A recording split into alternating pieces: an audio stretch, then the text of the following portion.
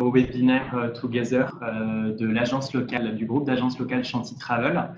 Je suis présent aujourd'hui avec Laura, qui est à mes côtés, et qui est du coup assistante production à l'échelle du groupe Chanty Travel, multidestination.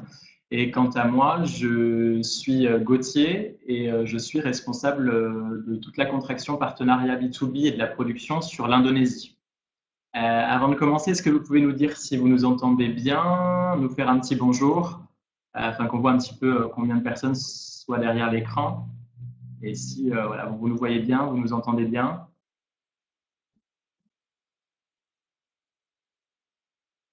Ok, ça semble ok pour pas mal de monde. Chouette. Ok, super. On va commencer par le sommaire en attendant les derniers à se connecter. Donc aujourd'hui, on a décidé de faire assez court autour d'un système de cartographie pour simplifier un petit peu la présentation. Donc Laura va revenir dans un premier temps sur la présentation du groupe Chanty Travel, puisque certains d'entre vous nous connaissent, mais pas tout le monde. On fera ensuite un focus par île de l'archipel indonésien autour des îles d'Indonésie en numéro 2, avant de parler des voyages sous les formats thématiques et les thématiques de voyage selon les cibles de marché.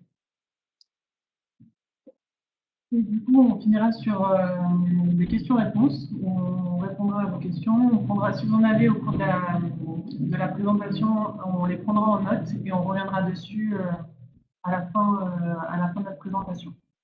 Et on vous donnera également nos contacts si vous souhaitez derrière donner suite et avoir de plus amples informations sur l'Indonésie et ce qu'on peut vous proposer.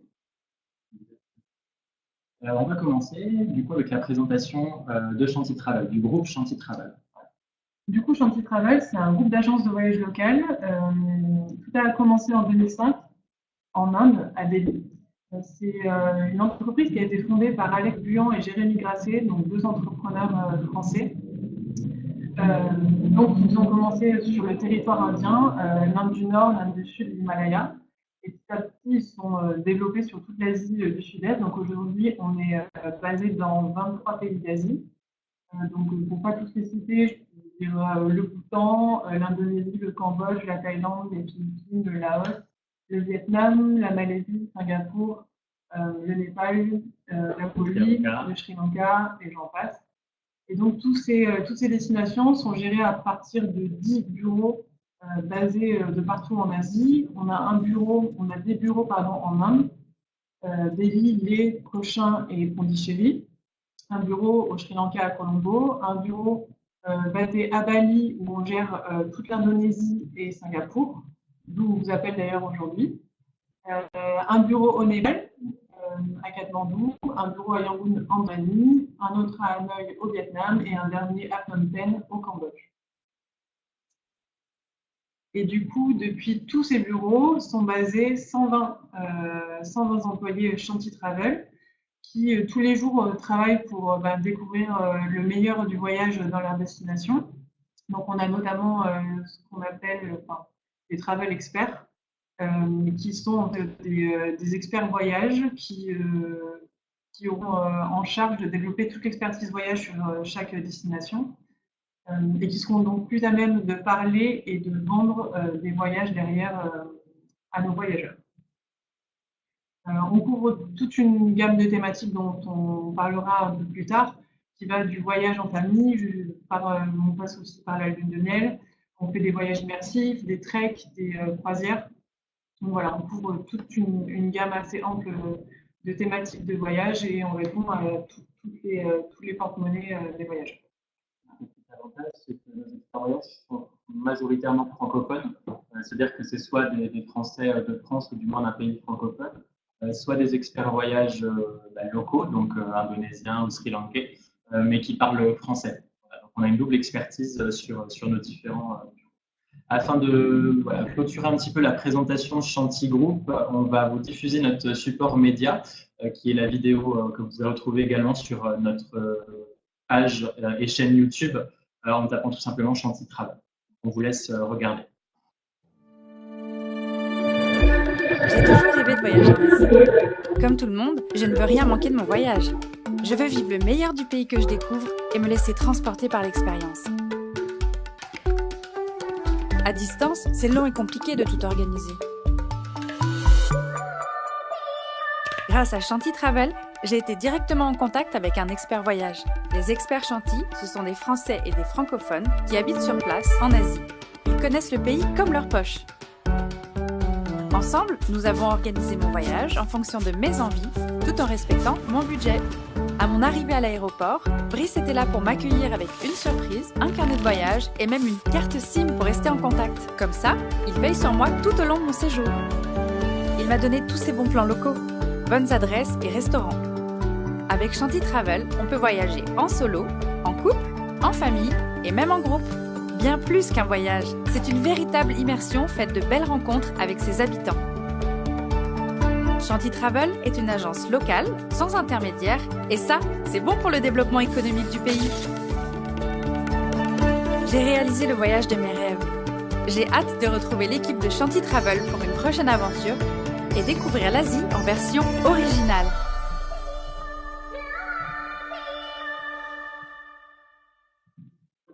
Donc voilà, n'hésitez pas si vous avez des besoins, comme je le disais, à regarder notre chaîne YouTube sur laquelle vous pouvez retrouver des expériences de voyage autour de nos fun trips, autour de nos expériences sur le terrain et également différents supports de communication selon les saisons. Si vous allez aujourd'hui en haut, vous avez également un bandeau chantytravel.com, découvrez nos voyages. Vous pouvez cliquer également sur le cliquer ici pour découvrir nos collections présentées directement sur le site de Chanty Travel. On va donc continuer avec la présentation de l'archipel indonésien. Comme vous le voyez sur cette carte, c'est majoritairement voilà, c'est l'archipel, donc c'est les plus grosses îles qui ressortent aujourd'hui et qu'on commercialise sur l'Indonésie. Vous allez avoir, attendez, je mets mon petit pointeur, voilà, vous allez avoir Sumatra ici, vous avez Java, vous avez celle-ci, c'est celle que vous connaissez le mieux, l'île de Bali, qui finalement est toute petite à son niveau par rapport à l'impact médiatique et à la manière dont vous la commercialisez. Elle a sa place dans l'archipel, mais à petite échelle en termes de volume. On a Gili et Lombok qui sont juste à côté, l'archipel de Flores Komodo, et puis on a Sulawesi, l'île à trois bras qui est juste ici, Sulawesi les Célèbres. Et puis après, toute cette partie-là, c'est la Papouasie-Nouvelle-Guinée, et ici vous avez Bornéo. Aujourd'hui, quand on parle de l'archipel indonésien, c'est environ 17 000 îles qui sont référencées.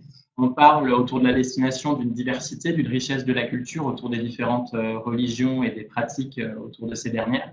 On parle d'une faune et d'une flore très développées avec les caractéristiques spécifiques selon ces îles. On parle de rencontres et de sourires autour de la population qui est reconnue comme très accueillante.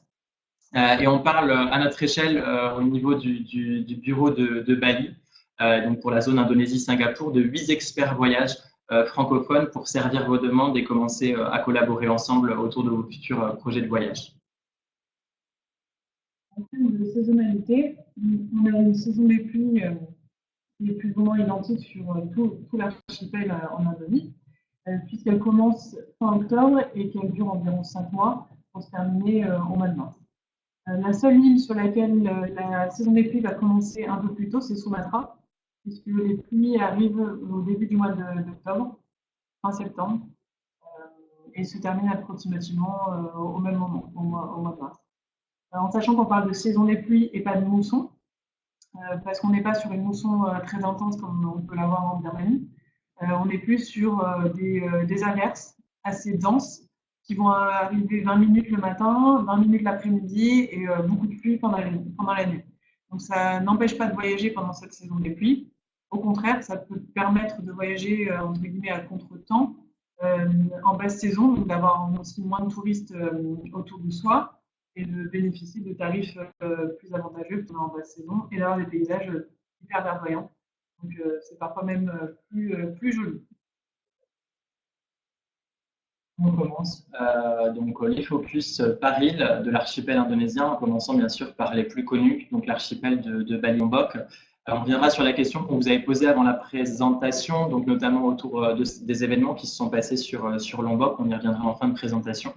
Là, on va vraiment se focaliser sur la découverte et la commercialisation de la destination. On a choisi aujourd'hui de vous faire découvrir ces îles simplement par coup de cœur, par envie et en évitant les grosses zones touristiques. Donc, en faisant une présentation de nos coups de cœur un petit peu reculés de ce qu'on commence à commercialiser aujourd'hui pour éviter les grosses stations touristiques de ces îles. Sur Bali, comme vous le savez peut-être, le balnéaire n'est pas la première chose que vous devez commercialiser. En effet, les plus belles plages de l'archipel indonésien ne se situent pas sur Bali. Donc, on entend souvent parler de Seminyak, de Sanur, de Nusa Dua. Aujourd'hui, ce sont des plages qui sont très agréables, mais qui ne font pas rêver à l'échelle, par exemple, des Maldives. Donc, il faut bien essayer de communiquer auprès de cette image-là à vos voyageurs. Chanty Travel va préférer vous recommander des plages de sable noir qui sont typiques, qui sont reculées, des plages qui se situent entre rizières, villages, dans une atmosphère beaucoup plus dégagée des stations touristiques balnéaires connues sur Bali. On va donc parler de plusieurs zones. On va parler de plages qui s'étendent au-dessus du fameux temple de Tanah Lot, donc une zone qui s'appelle Balian Medewi, et ici sur la côte ouest. On va également parler ici, depuis le port de Padang Bay, de la zone de Candi Dassa qui s'étend jusqu'à Amed, donc toute cette côte est. Et on va parler de la zone tout au nord, qui est également l'accès à Bali depuis Java, qui est la zone entre Pemuteran et Lovina. Voilà, ces trois zones-là sont des zones totalement désertes qui vous permettent pour le nord et pour l'est de faire du snorkeling ou de la plongée. Voilà, la découverte d'une faune et d'une flore sous-marine assez incroyable. Donc, essayez aujourd'hui de proposer et de pousser voilà, ces trois coins de l'île sur fond de sable noir. Le deuxième point, c'était, on parle beaucoup d'Ubud, donc la cité culturelle qui est située ici au milieu de l'île, en centrale Bali. Aujourd'hui, Ubud est très connu depuis le film Eat, Pray, Love, mais également voilà, pour toutes les échoppes, les galeries d'art et toutes les boutiques qu'il y a entre Rizières et cet esprit village. À savoir qu'il y a une énorme concentration touristique de plus en plus sur Ubud. Donc, on souhaite aujourd'hui proposer à nos voyageurs une expérience un petit peu diversifiée, leur proposer deux autres zones entre rizières et villages pour éviter un petit peu de passer trop de temps sur cette destination. On parle donc de Wanagiri, qui est une zone qui se situe ici, à l'ouest, entre l'ouest et le centre de l'île, qui est une zone qui est juste en dessous des rizières de Jatiluwih, classées à l'UNESCO, et non loin d'Ubud également, à peu près à 1 heure de transport.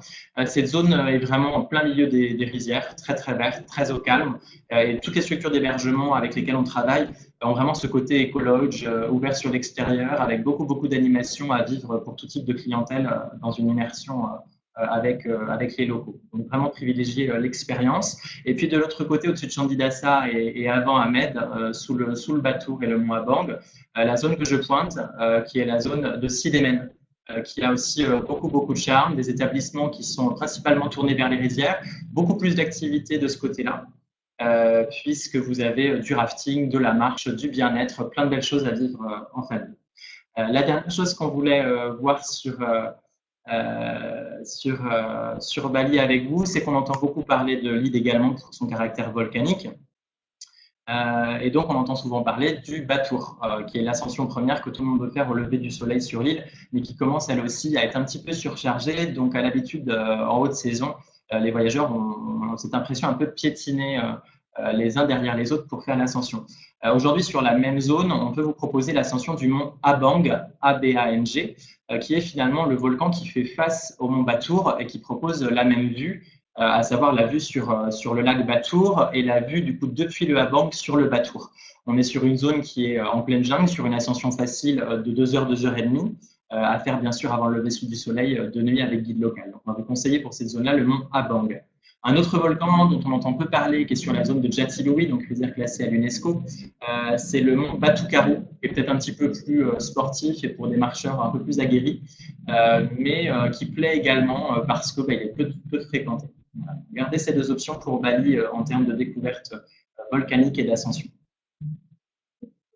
Samia, j'ai bien noté votre question et du coup, on y reviendra, on vous reprécisera les régions que vient d'évoquer Gauthier à la fin de la présentation. Du coup, je prends le relais. Après Bali, donc sur le chemin entre Bali et Lombok, ça voisine à On a Nusa Penida et Nusa Lembongan, qui sont deux petites îles à mi-chemin entre Bali et Lombok. Donc Nusa Penida et Nusa Lembongan, on a l'habitude de proposer pour des voyages à nos voyageurs, qui ont deux spécificités. Donc Lembongan, on a l'habitude de la proposer pour des voyages farniente, détente, dans des jolies structures hôtelières. Penida, ce sera plus des voyages hors des sentiers battus, puisque c'est une île qui reste encore très sauvage. On l'appelle la petite Bali.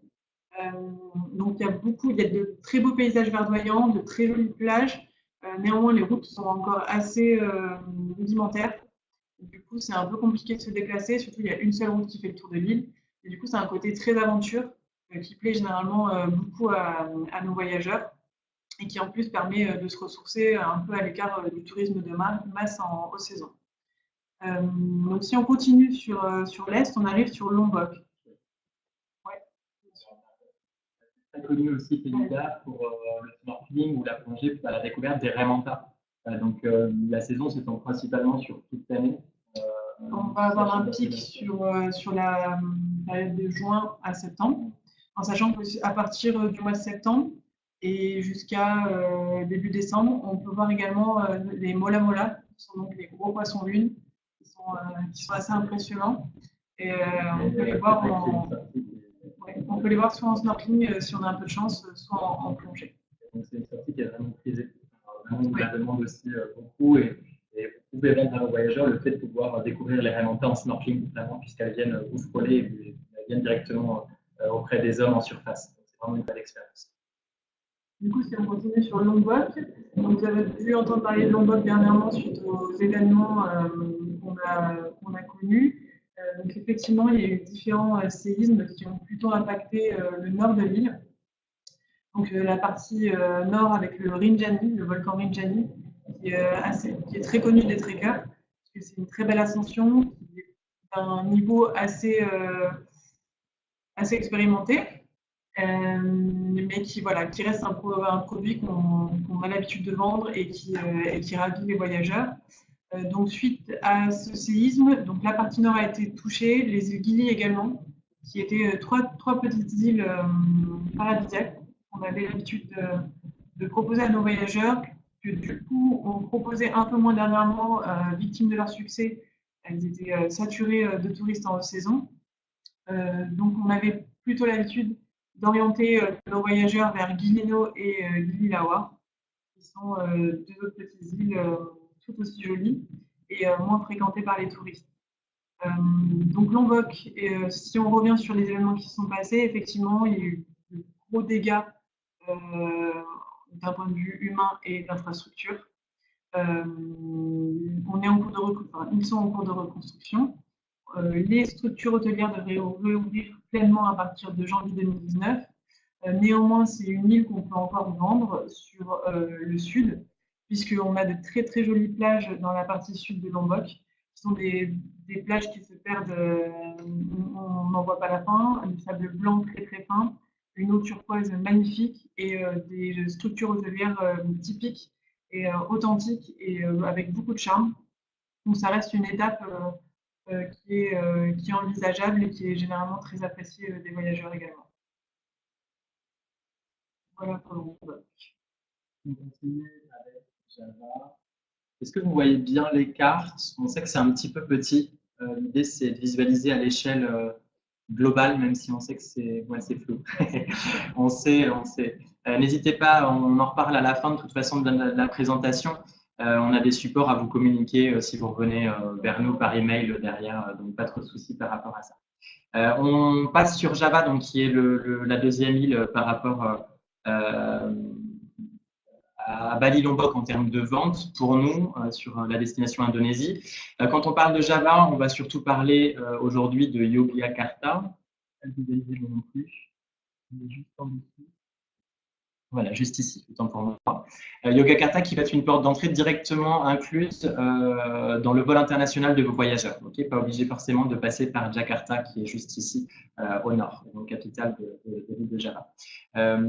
Donc Yogyakarta, on en parle comme une cité un petit peu historique. Le cœur de ville est très très sympa à découvrir. C'est aussi un endroit qui peut se visiter à pied ou à vélo, ce qui est un petit peu rare en Indonésie, comme vous devez vous en douter, puisqu'il y a beaucoup de trafic, rarement de trottoirs sur nos destinations. Donc là, ça fait vraiment plaisir de se balader dans une petite cité historique qui est Yogyakarta. Vous avez différents palais, différents jardins et beaucoup d'artisanat à découvrir dans ce cœur de ville. Yogyakarta est aussi très connu pour les temples de Borobudur et Prambanan, donc hindouisme et bouddhiste, qui sont classés au patrimoine mondial de l'UNESCO. Voilà. Donc on va vous proposer ce genre de points d'intérêt sur Yogyakarta. Aujourd'hui, pour sortir un petit peu de Yogyakarta et pour proposer des compléments, on a aussi la possibilité de vous proposer des petites marches ou des treks à la journée ou de la découverte de villages qui sont situés à moins de 2 heures de Yogyakarta en voiture. Ce qui fait qu'habituellement, on va être sur 2-3 jours à Yogyakarta. Aujourd'hui, on peut passer sur 5 jours, je dirais, avec une petite ascension et une découverte de villages alentours. Des choses qu'on peut faire en vélo, qu'on peut faire à pied, qu'on peut faire en Volkswagen décapotable également pour sortir un petit peu du cliché de la voiture avec chauffeur. Le nom des temples, Borobudur et Prambanan, qui sont les 2 temples classés à l'UNESCO. Quand on redescend, les 2 autres gros points d'intérêt que vous avez l'habitude, je pense, ou pas, de commercialiser sont les volcans de Bromo Ijen, qui sont vraiment juste à la porte d'entrée de Bali, donc en sud Java, qui sont situés dans cette zone-là. Aujourd'hui, Bromo Ijen sont toujours très, très agréables à visiter. Attention à la haute saison, là encore, beaucoup d'affluence, même si les sites ne restent pas moins exceptionnels. Donc nous, aujourd'hui, on va essayer de vous proposer je vais voir s'il arrive moi aussi à vous les pointer. Le volcan du Merapi qui est dans cette zone centrale. Je n'arrive pas à le voir, je suis désolé. Bon, il est par ici dans tous les cas. Le volcan du Merapi qui vous permet, donc il est pas loin de Yogyakarta, on est sur moins de 3 heures de Yogyakarta, et qui vous permet du coup de faire une ascension médium pour tout type de public également. Et on va vous proposer le mont Semeru, qui est juste ici, qui n'est pas forcément le mont Semeru dans lequel vous allez faire l'ascension, mais dans les alentours, c'est une zone très volcanique, hein, donc ça fait comme une chaîne montagneuse. Voilà, 2 nouvelles formules de trek sur le Semeru et le Merapi, accessibles pour du tout public et qui permettent d'enrichir les séjours pour les trekkers, notamment sur la zone de Java.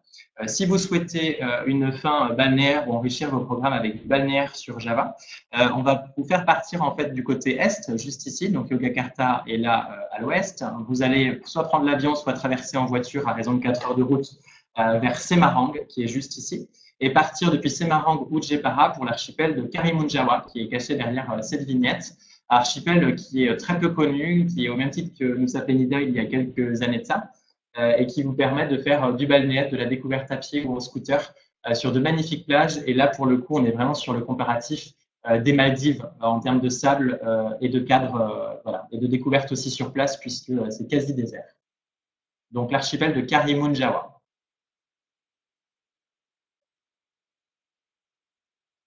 Oui. Jawa. Voilà. Donc je continue avec l'archipel de Flores Komodo. Donc là, pour l'instant, on va parler de Bali, Lombok et Java, qui sont des îles qu'on a l'habitude de proposer à nos voyageurs lorsqu'il s'agit d'un premier voyage en Indonésie. L'île de Flores, c'est une île qui reste très hors des sentiers battus et qu'on ne propose généralement pas sur un premier voyage en Indonésie. Donc, la façon de voyager à Flores, c'est la voiture. Donc, ce qu'on propose généralement, c'est de prendre l'avion jusqu'à Maumere, le Maumere qui vous est pointé sur la carte, et de faire toute la Trans-Flores en voiture avec un chauffeur, en vous arrêtant notamment au Kelimutu, qui est un peu à proximité de Maumere, qui offre un panorama splendide. Du coup, il a 3 lacs de 3 couleurs différentes. Et donc, jusque sur le chemin pour rejoindre la Bonne Bajo, qui est complètement sur la côte ouest, qui est la deuxième porte d'entrée de Flores. Donc, vous avez la possibilité de vous arrêter pour faire du balnéaire, vous avez la possibilité de vous arrêter pour visiter des villages, faire des randonnées. Et ça reste beaucoup d'heures de voiture. Et on est quand même sur des standards hôteliers qui sont moins confortables que sur le reste de l'archipel. Donc voilà, on est plutôt sur une cible grand voyageur et pas sur une première découverte de l'Indonésie, comme je le disais. Donc la Bonne Badjo, deuxième porte d'entrée de Flores.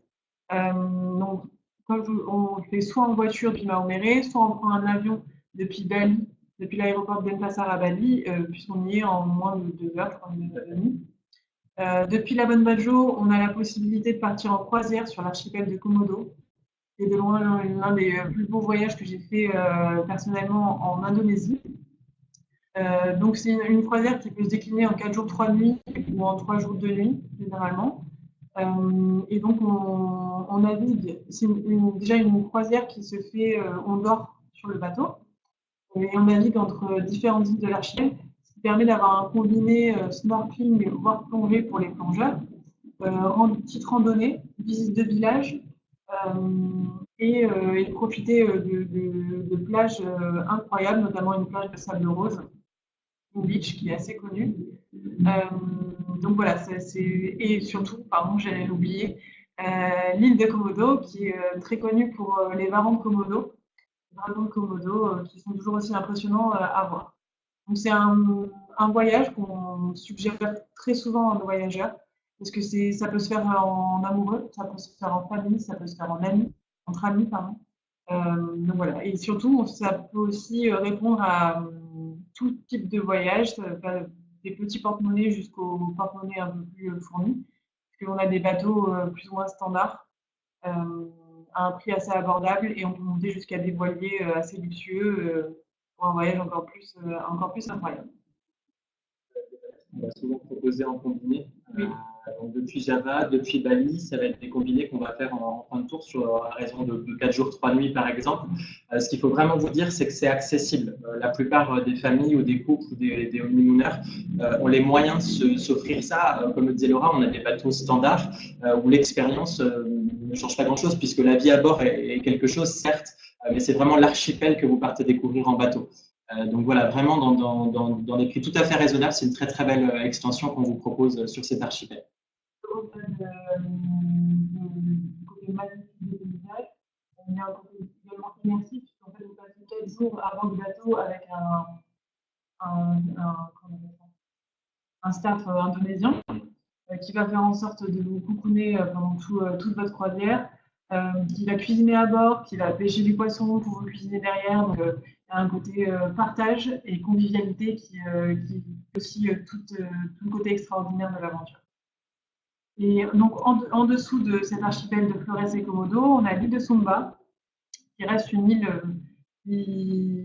assez hors des sentiers battus, puisqu'elle s'est ouverte très dernièrement au tourisme. Donc, c'est une île qu'on propose à des voyageurs qui, effectivement, encore une fois, ne sont pas sur une première découverte de l'Indonésie et qui ont un budget un peu plus élevé que la moyenne, puisque du coup, les structures hôtelières sont de très belles structures, mais assez luxueuses. Là encore, une solution éventuellement de balnéaire, remplacement d'îles déjà connues de vos voyageurs, remplacement d'îles Lombok ou Karimun Jawa, avec un portefeuille un peu plus conséquent et avec un peu plus de temps, puisque l'accès est encore un petit peu compliqué. Sulawesi à présent. Donc la Sulawesi, l'île a 3 bras, comme le disait Gauthier. Donc elle se découpe en 3 zones. Il y a la Sulawesi du Nord, la Sulawesi centrale et la Sulawesi du Sud. Donc, moi, je vais vous parler de la Sulawesi à travers mon expérience personnelle. Donc, j'ai découvert la Sulawesi du Sud et centrale lors d'un voyage d'environ 15 jours, un peu plus de 15 jours. J'ai atterri à Makassar, dans le sud, qui est la première porte d'entrée de Sulawesi. Et j'ai remonté, en fait, avec un chauffeur, toute la Sulawesi du Sud pour arriver en Sulawesi centrale. Donc, j'ai fait un premier arrêt à Bira, qui est un petit village de pêcheurs à l'extrémité sud de l'île, qui est très connu pour sa confection de bateaux et de voiliers et du travail du bois. Donc un côté très authentique, artisanal, incroyable à découvrir. Je suis ensuite remontée vers le lac Tempe, où j'ai eu la chance de passer une nuit avec des villageois qui vivent sur des villages flottants sur le lac Tempe. Donc, encore une expérience immersive où là, on prend part au quotidien des villageois qui nous accueillent avec beaucoup de simplicité, beaucoup de générosité à la fois. Donc, on cuisine avec eux, on mange avec eux, on dort à côté d'eux. Donc, c'est vraiment un beau moment de partage. Et ensuite, on remonte jusqu'au pays Toraja, qui est la partie la plus connue, la zone la plus connue de la Sulawesi du Sud. Donc, on dort généralement à Rantepao, qui est la capitale du pays Toraja, et on rayonne à partir de Rantepao pour faire des excursions à la journée culturelle, pour découvrir toute la spiritualité du pays Toraja.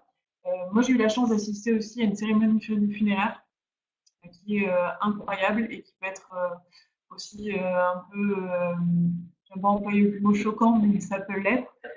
Ça peut surprendre, puisqu'il y a beaucoup de sacrifices d'animaux, de porcs et de buffles notamment, qui ont des significations spirituelles sacrées pour les Indonésiens.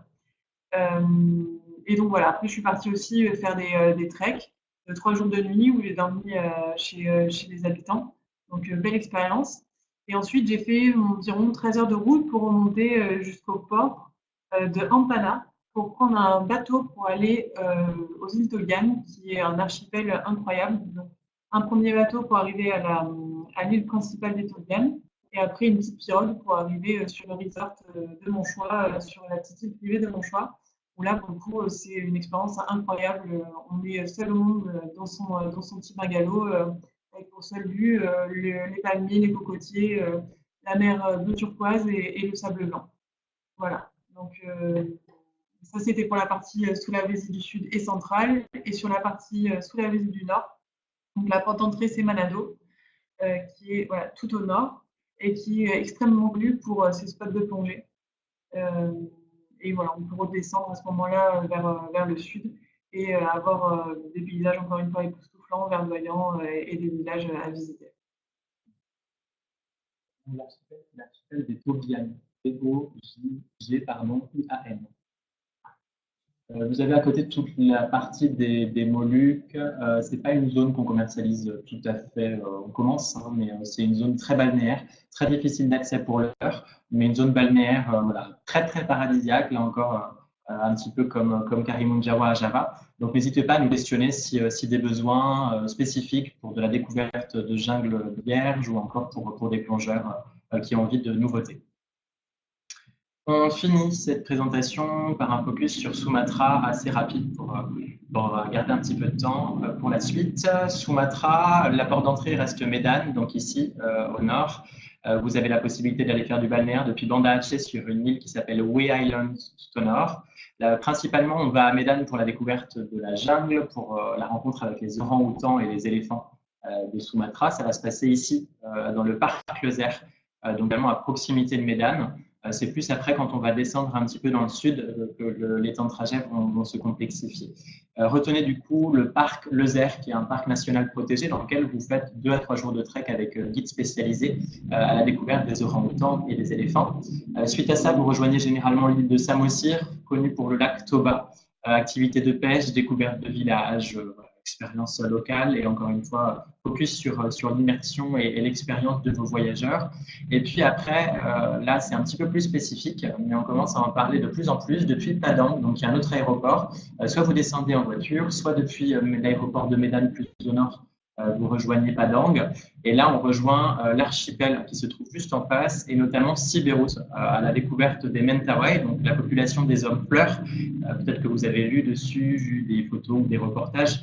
Ça commence à être de plus en plus connu et donc forcément s'ouvrir au tourisme. Et l'expérience n'en reste pas des moindres. C'est vraiment une expérience où vous dormez voilà, dans des maisons exceptionnelles, dans une jungle voilà, magnifique. Voilà, vous portez des pannes, donc il faut vous mettre en mode local au niveau de l'habillement, au niveau de la nourriture aussi. Il ne faut pas être pudique.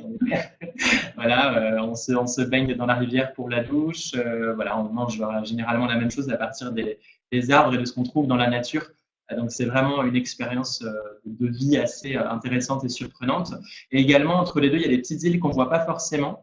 Et nous, on va vous conseiller pour du balnéaire et pour du tout public, donc quelque chose d'un petit peu moins féroce que les Mentawai. On va vous proposer l'île de Siberut, pardon, pas Sibéroute, Choubadak, je voulais dire. Et donc sur Choubadak, vous avez 2 resorts. Et là, c'est les pieds dans l'eau qu'on profite sur Choubadak, de petits treks, de kayak, de paddle, et de profiter voilà, de son petit bungalow, les pieds dans l'eau, pour une fin de séjour balnéaire sur Sumatra. Voilà, je vais m'arrêter là pour le focus sur les îles. Rapidement terminer, du coup, en vous expliquant qu'aujourd'hui, Chanty Travel, effectivement, est basé dans 23 pays en Asie, mais répond aussi à une large thématique de programme. Donc, on répond à une clientèle de voyageurs qui vont être soit des honeymooners, donc des mariés, ou alors des couples qui veulent voyager en amoureux, des groupes d'amis, ça peut être aussi des familles, des voyageurs solo. Et on répond effectivement à des premières découvertes de certaines destinations, mais aussi à des voyages plutôt orientés grands voyageurs.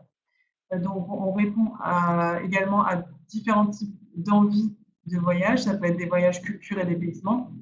On est spécialisé également dans le trek, le bien-être, des voyages immersifs autour de la rencontre et de l'authenticité, nature et vie sauvage, photographie, détente et farniente.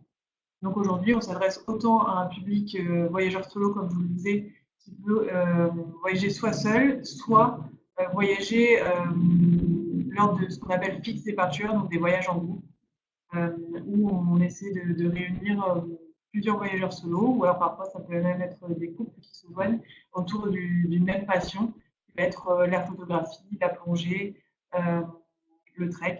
On a beaucoup de trek. Des acteurs qui peuvent faire partie pour vos clientèles d'un produit éventuellement vitrine, d'un produit brochure, voilà, qu'on peut éventuellement programmer pour l'année 2019 ensemble sur la thématique de votre choix. Donc voilà un petit peu pour la présentation globale de Chanty Travel. L'idée maintenant, c'est de revenir sur les questions qu'on vous avait posées avant cette présentation et l'accès à la salle, avant de passer à vos questions personnelles que vous avez posées sur le chat durant notre présentation. Alors, on vous avait demandé si vous connaissiez Chanty Travel, le groupe comme Chanty Travel Indonésie avant cette présentation. Vous étiez 53% à nous avoir répondu que vous ne connaissiez pas avant aujourd'hui. Voilà, on espère que ça vous parle un petit peu plus, qu'on vous donne envie de commencer à travailler à nos côtés et que dès demain, vous prendrez contact avec nous pour nous envoyer une première demande ou une demande de partenariat ou d'information. À la question comment situez-vous l'Indonésie au niveau de vos ventes de l'année, vous étiez 14% à répondre top de mes ventes et 60% moyen.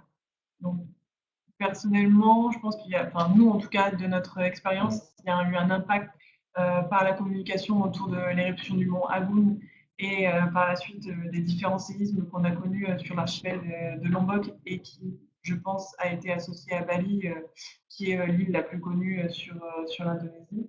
Donc vous, de votre côté, je pense que c'est le cas. Si vous voulez nous partager votre expérience, n'hésitez pas. On sait que tout le monde ne commercialise pas forcément l'Indonésie, mais on sait aujourd'hui que pour beaucoup d'entre vous, si vous avez peut-être été peu questionné ou freiné depuis cet été, c'est dû aux événements puisqu'on le subit aussi en termes d'agences locales. Donc on imagine que pour vous, de votre côté, c'est un petit peu le même discours.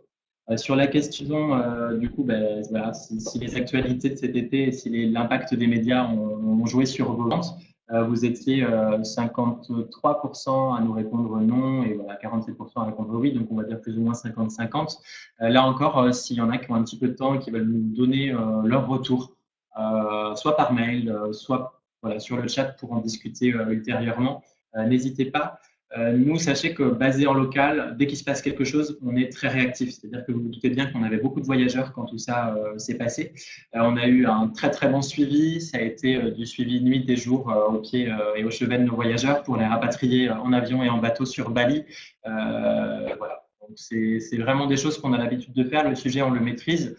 Savoir qu'on sait que l'Indonésie est basée sur des plaques, donc ça bouge un petit peu au quotidien, même sur Bali, c'est normal, il faut pas avoir peur. Sur Bali, c'est vraiment minime, mais ça fait partie de notre quotidien, donc il faut le savoir quand même plutôt que d'effrayer ou d'être surpris ultérieurement. Voilà. Voilà, dernière slide pour vous donner nos coordonnées. N'hésitez pas à rentrer en contact avec nous. Les numéros de téléphone, c'est nos numéros de téléphone locaux. Donc, potentiellement, vous pouvez nous appeler dessus avec l'indicatif +62. Sinon, on reste disponible par email et par Skype. Donc voilà, on reste à votre disposition et on sera ravis de vous avoir au téléphone et d'échanger avec vous. N'hésitez pas, on sait que vous êtes en préparation de saison prochaine, que ce soit pour le printemps ou pour l'été. Donc n'hésitez pas à nous contacter dès à présent pour qu'on travaille sur vos produits brochures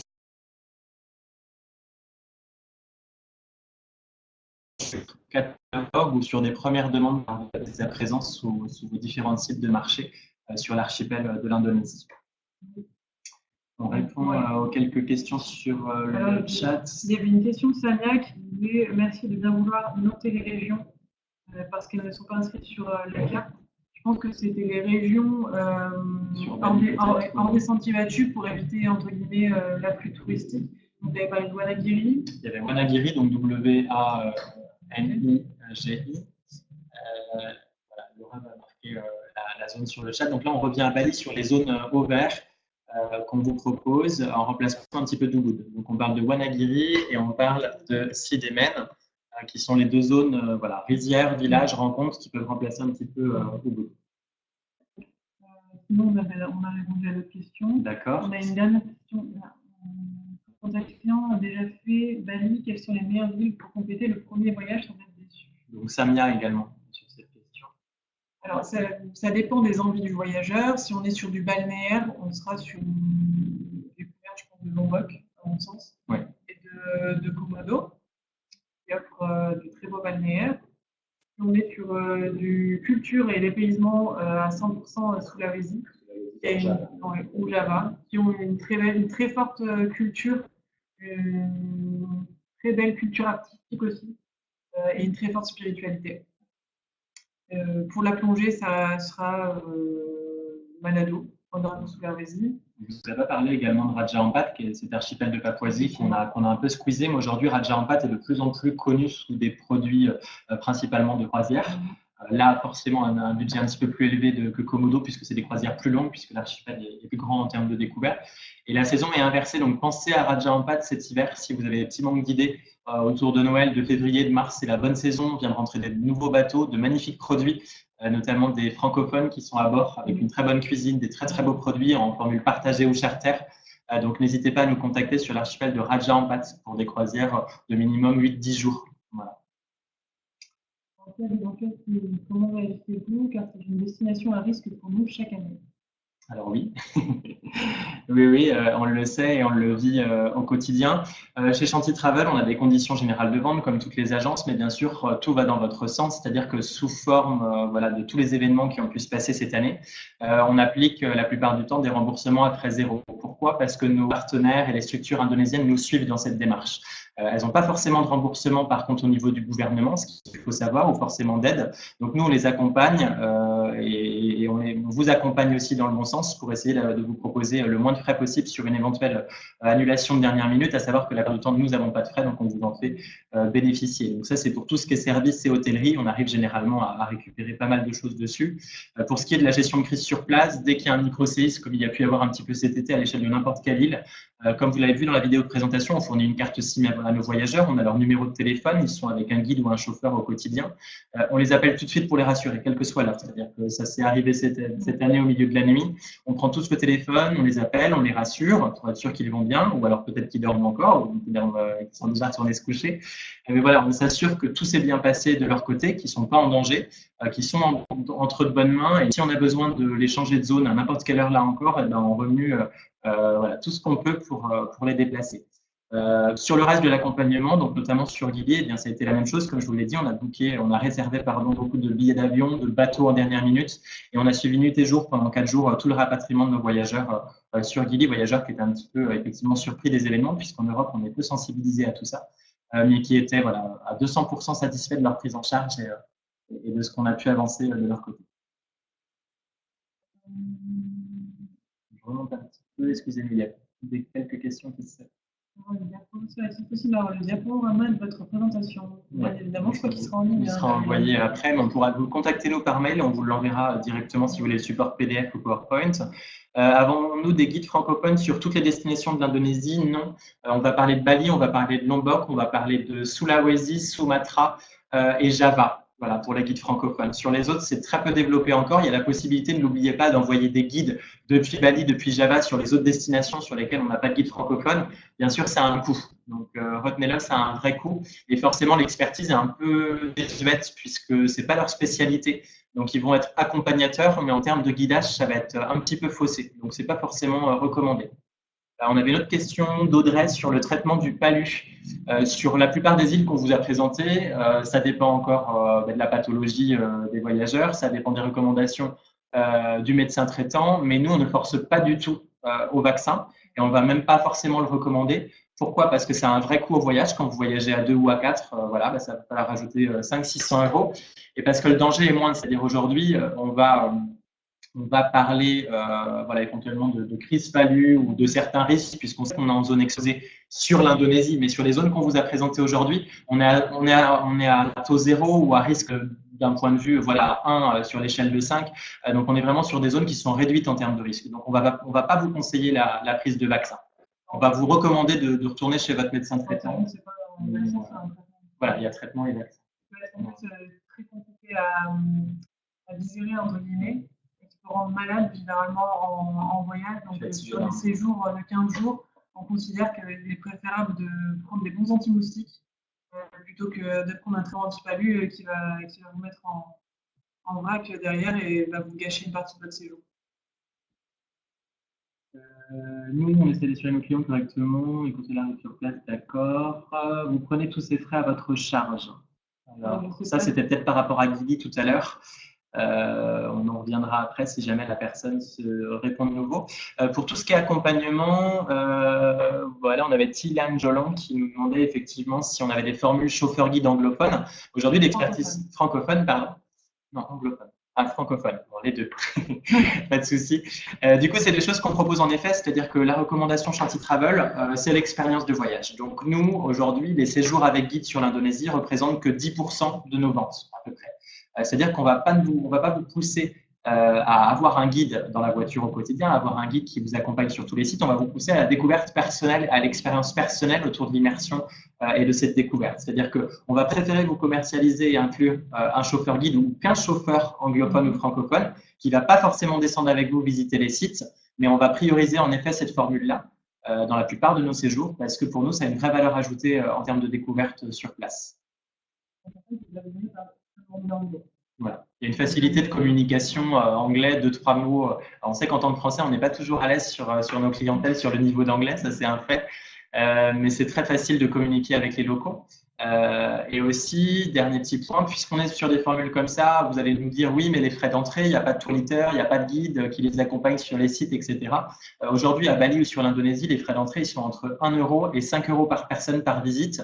Si on ne les inclut pas et si on reste sur une formule comme ça, un petit peu liberté avec un chauffeur guide francophone ou anglophone, c'est aussi pour leur permettre de réajuster leur programme au jour le jour. Soit avec nous par téléphone la veille ou pour le lendemain, soit parce qu'ils sont en journée libre, soit parce que le programme de base était un peu voilà, trop long, trop dur pour eux sur cette journée-là, et donc ils sont un peu fatigués, un peu intenses. Donc ils vont préférer ajuster voilà, la chose directement sur place. Est-ce que si un client vous demande un guide francophone impératif, vous confirmez ferme ou sous réserve? Alors, on va vous confirmer ferme le guide francophone, minimum 3 à 4 mois avant la date de voyage. Bien sûr, vous devez vous douter que après, c'est bien trop compliqué pour nous et comme pour les agences locales de vous fournir des guides francophones. On en a peu quand même, hein, voilà, pour être réaliste. Donc, 3 à 4 mois à l'avance, c'est encore possible pour Chanty Travel. Après, ça va être très compliqué de vous garantir cette expertise. À noter encore une fois que même si on n'est pas guide et qu'on est expert voyage ou voilà, agent présent sur place, on peut faire tout l'accompagnement à la réservation si c'est 3 ou 4 mois à l'avance. Voilà, mais pas en last minute. Ce ne sera pas du même niveau non plus, quoi. Il ne faut pas nous demander d'être expert francophones. Voilà. Mais ouais, je vous dirais, la médiane, la balance, c'est 4 mois avant. Voilà. Ou bien plus longtemps à l'avance. Aujourd'hui, on travaille avec un cercle de guides francophones qu'on connaît, qu'on a fidélisé et en qui on a entièrement confiance. Et c'est vrai qu'on préfère toujours passer par eux. Donc, plus on anticipe, plus on a de chance de travailler avec eux. Ok. Est-ce qu'il y a éventuellement d'autres questions avant qu'on clôture? Si on n'a éventuellement pas répondu à toutes les questions, n'hésitez pas de remonter tout le fil du chat.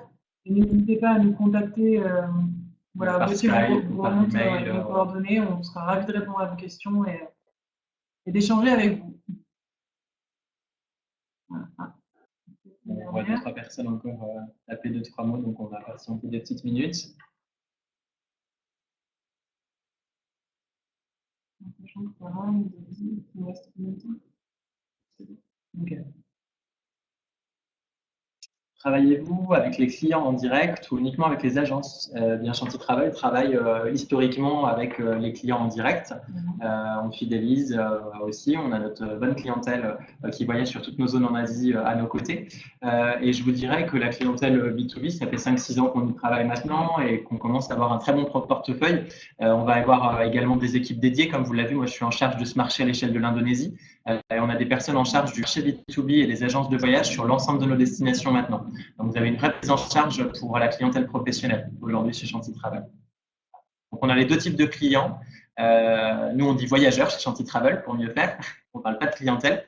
Et voilà, on a cette expertise aussi. Dites-vous pas qu'on fait que de la vente en gros ou de la vente aux professionnels. On a notre expertise terrain et notre expertise du coup d'individuel en termes de voyageurs.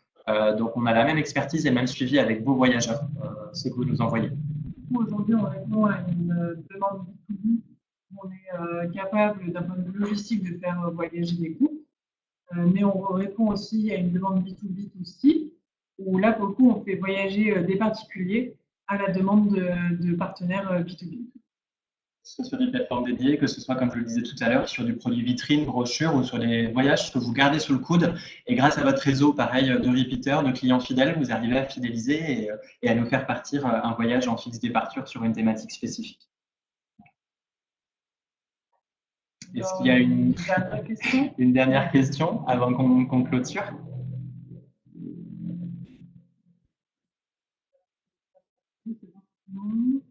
N'hésitez pas, on va clôturer, je pense, maintenant, mais n'hésitez pas à nous recontacter, comme on vous l'a dit, on est ouvert. Si c'est plus à l'échelle du groupe ou global, n'hésitez pas à plus orienter vos demandes vers Laura. Et puis, si c'est plus orienté sur l'Indonésie, que ce soit sur B2B ou des questions destination, n'hésitez pas à m'écrire plutôt.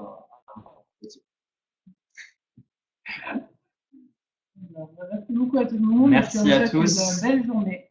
À très bientôt. À bientôt. Au revoir. Au revoir. Belle journée à tous.